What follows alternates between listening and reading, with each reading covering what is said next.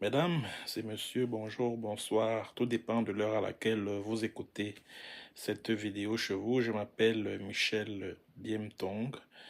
Alors, votre humble serviteur, j'enregistre cette chronique de MBT dans des conditions inhabituelles compte tenu de ce que je suis en déplacement du lieu où j'enregistre régulièrement ces chroniques. Je profite de cette édition de la chronique de MBT pour souhaiter un joyeux Noël à tous mes followers.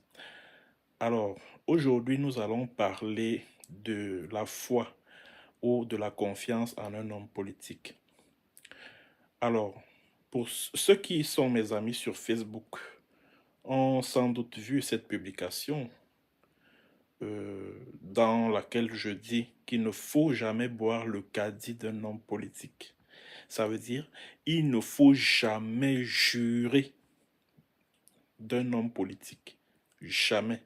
Parce que les hommes politiques, c'est pas seulement en Afrique, hein, partout dans le monde, les hommes politiques sont essentiellement changeants. Donc, ça veut dire qu'un homme politique oriente ses opinions en fonction de ses intérêts, en fonction des intérêts du moment, en fonction de la conjoncture politique, en fonction même de ses exigences du moment, en fonction de ses stratégies. Je vais vous prendre un exemple, celui de la Côte d'Ivoire. Vous savez que la Côte d'Ivoire a connu une guerre civile en 2011, c'est-à-dire qu'une crise post-électorale en 2011. D'un côté, vous aviez Alassane Ouattara qui affrontait Laurent Gbagbo, qui furent alors, deux piliers, deux poids lourds de la scène politique ivoirienne. On avait le sentiment qu'ils étaient des ennemis, n'est-ce pas?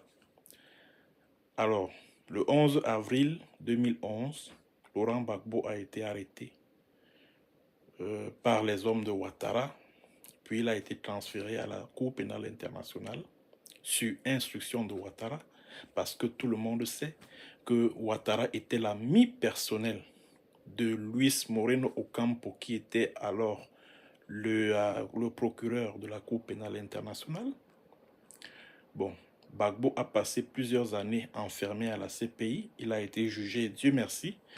La Cour pénale internationale l'a acquitté.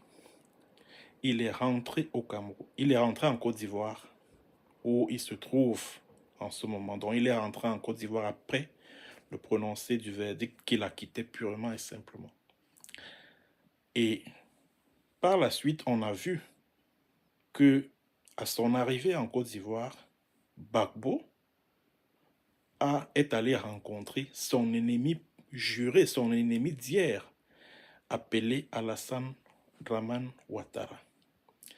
Alors, je me suis posé la question de savoir tous ceux qui ont été tués, tous ceux qui sont morts à cause de Gbagbo, à cause de Ouattara. Quand ils regardent ces images-là, les images de Gbagbo et de Ouattara qui se saluent, qui se congratulent, qui se font des accolades, qu'est-ce qu'ils se disent? Que nous nous sommes battus pour rien. Nous avons perdu, les nôtres ont perdu leur vie pour rien. C'est de ça qu'il s'agit. Parce que des gens se sont haïs pour Gbagbo ou pour Ouattara. Pour Gbagbo ou pour Ouattara, des gens ont tué. Pour Gbagbo ou pour Ouattara, c'est-à-dire que des Ivoiriens ne se considéraient plus comme appartenant à ce pays.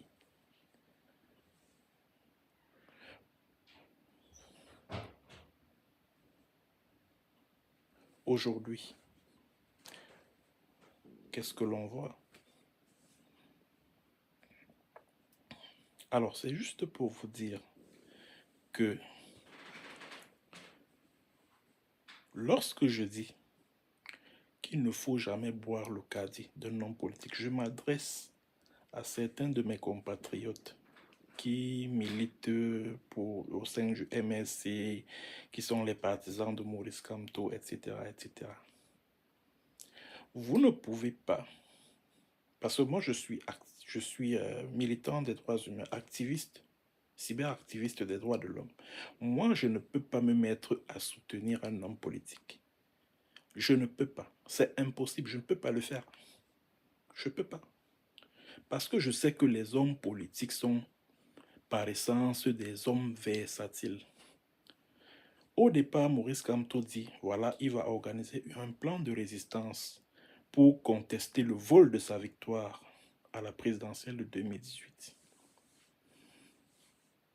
Et puis après, il dit, oh, écoutez, la politique de la chaise vide ne paye pas. Là, c'était à quelques mois des législatives et municipales de 2020.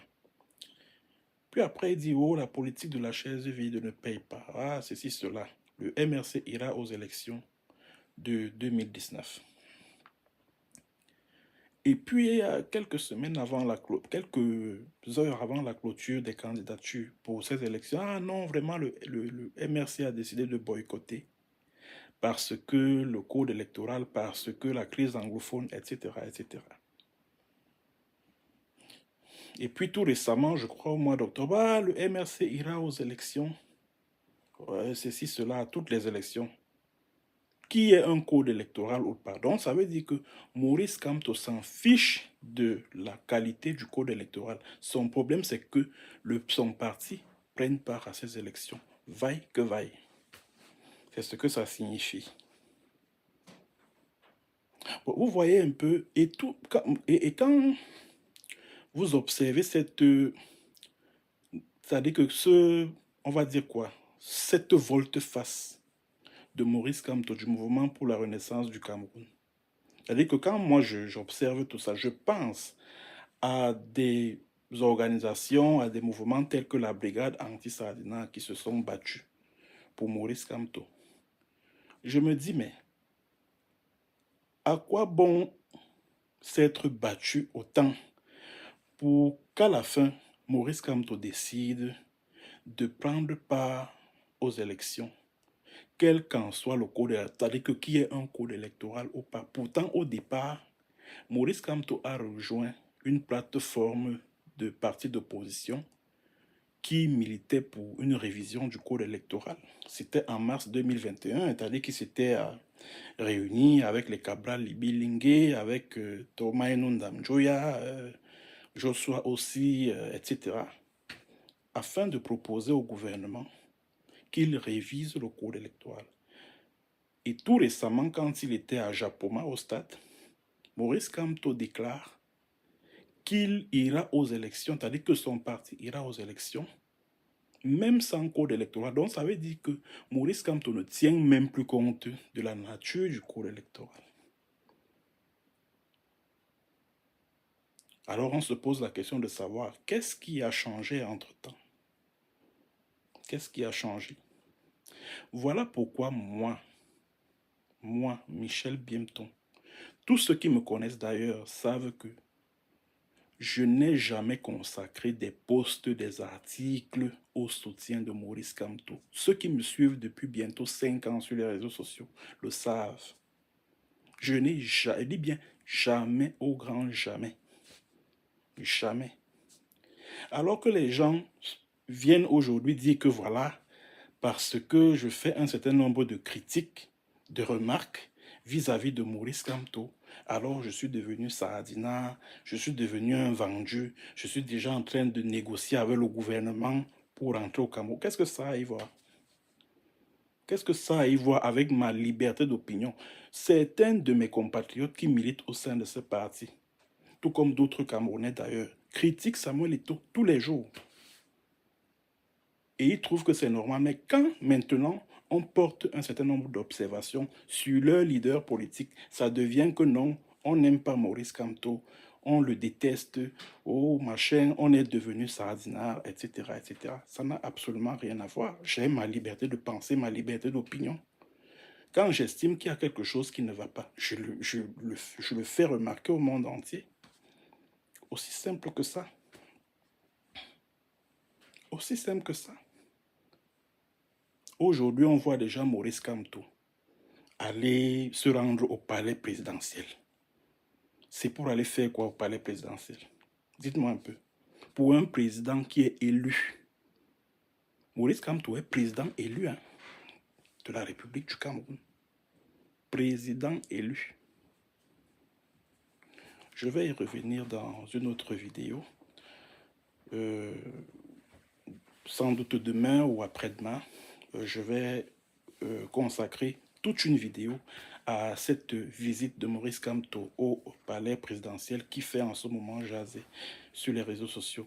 Merci d'écouter, merci de partager. N'oubliez pas de vous abonner massivement à ma chaîne. N'oubliez pas également de me remercier si vous avez apprécié en cliquant sur le bouton merci qui se trouve au bas de votre vidéo. À très bientôt pour une autre séance et sur un autre thème. Bonjour ou bonsoir.